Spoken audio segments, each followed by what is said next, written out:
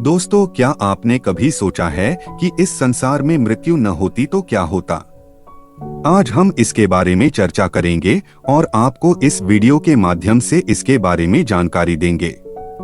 मृत्यु नहीं होती तो ऐसी बहुत सारी परिस्थितियां उत्पन्न हो जाती जिसके कारण इस संसार का चलना बहुत ही मुश्किल हो जाता और पृथ्वी की जनसंख्या बहुत बढ़ जाती, जिसके कारण यहाँ पैर धरने का भी स्थान न होता। क्या मृत्यु होना बुरी बात है? मृत्यु की बात सुनकर ही लोगों के अंदर भय पैदा हो जाता है।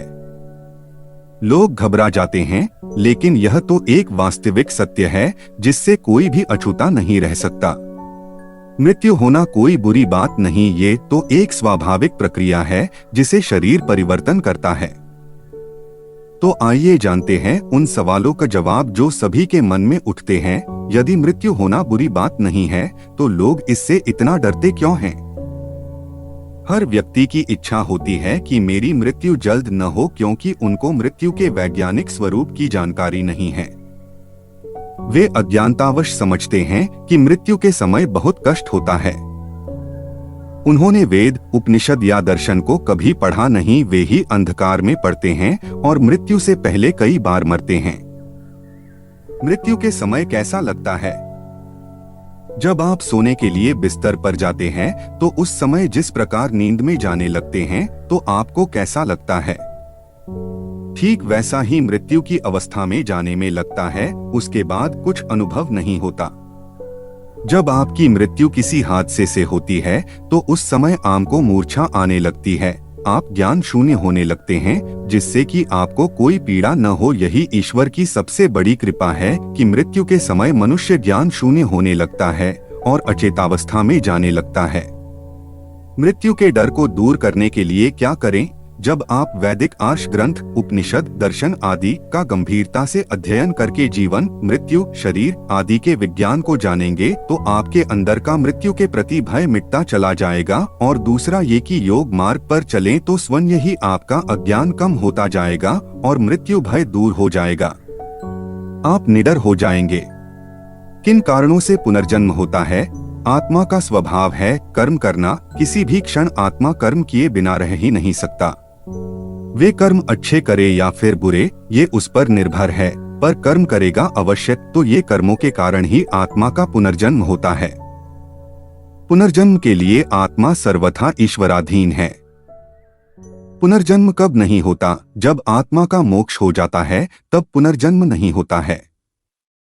मोक्ष होने पर पुनर्जन्म क्यों नहीं होता? क्योंकि मोक्ष होने पर स्थूल शरीर तो पंचतत्वों में लीन हो ही जाता है, पर सूक्ष्म शरीर जो आत्मा के सबसे निकट होता है वह भी अपने मूल कारण प्रकृति में लीन हो जाता है। मोक्ष की अवधि तक आत्मा का पुनर्जन्म नहीं होता, उसके बाद होता है। सीमित कर्मों का कभी असीमित फल नहीं होता।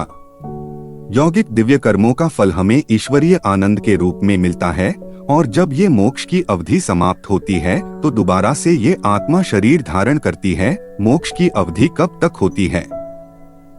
मोक्ष का समय 31 नील 10 खरब 40 अरब वर्ष है, जब तक आत्मा मुक्त अवस्था में रहती है। मोक्ष की अवस्था में आत्मा पूरे ब्रह्मांड का चक्कर लगाती रहती है और ईश्वर के आनंद में रहता है, बिल्कुल ठीक वैसे ही जैसे कि मछली पूरे समुद्र में रहती है और जीव को किसी भी शरीर की आवश्यकता ही नहीं होती। मोक्ष के बाद आत्मा को शरीर कैसे प्राप्त होता है? सबसे पहले तो आत्मा को कल्प के आरंभ में सूक्ष्म शरीर मिलता है, फिर ईश्वरीय मार्ग और औषधियों की सहायता से प्रथम रूप में अमैथुनी जीव शरीर मिलता है। वो शरीर सर्वश्रेष्ठ मनुष्य या विद्वान का होता है, जो कि मोक्ष रूपी पुण्य को भोगने के बाद आत्मा को मिला है। जैसे इस वाली सृष्टि के आरंभ में चारों ऋषि विद्वान वायु, आदित्य, अग्नि, अंगिरा को मिला, जिनको वेद के ज्ञान से ईश्वर ने अलंकारित किया, क्योंकि ये ही वो पुण्य आत्माएं थीं जो मोक्ष की अवधि पूरी करके आई थीं। मोक्ष की अवधि पूरी करके आत्मा को मनुष्य शरीर ही मिलता है या जानवर का। मोक्ष की अवधि पूरी करने के बाद मनुष्य शरीर ही मिलता है, क्योंकि मोक्ष को भोगने के बाद पुण्य कर्मों को तो भोग लिया और इस मोक्ष की अवधि में पाप कोई किया ही नहीं, तो फिर जानवर बनना संभव ही नहीं। तो रहा केवल मनुष्य जन्म, जो कि कर्म शून्य आत्मा को मिल जाता है। मोक्ष होने से पुनर्जन्म क्यों बंद हो जाता है?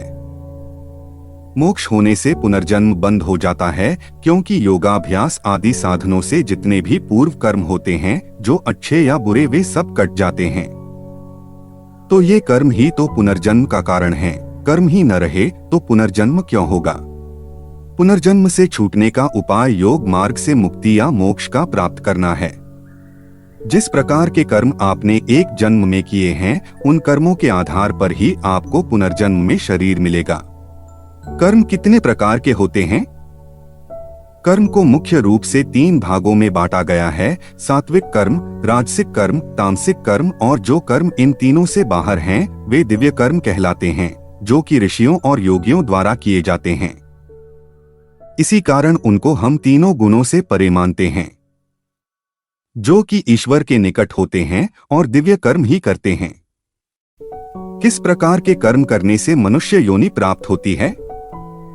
मनुष्य योनि में जन्म लेने के लिए सात्विक और राजसिक कर्मों के मिलेजुले प्रभाव से मानव देह मिलती है। यदि सात्विक कर्म बहुत कम है और राजसिक अधिक, तो मानव शरीर तो प्राप्त होगा, परंतु किसी नीच कुल में। यदि सात्विक गुणों का अनुपात बढ़ता जाएगा तो मानव कुल उच्च ही होता जाएगा। जिसने अत्यधिक सात्विक कर्म किए होंगे, वो विद्वान मनुष्य के घर ही जन्म लेगा। तो दोस्तों, आपको यह जानकारी कैसी लगी हमें कमेंट करके जरूर बताएं, और वीडियो अंत तक देखने के लिए शुक्रिया।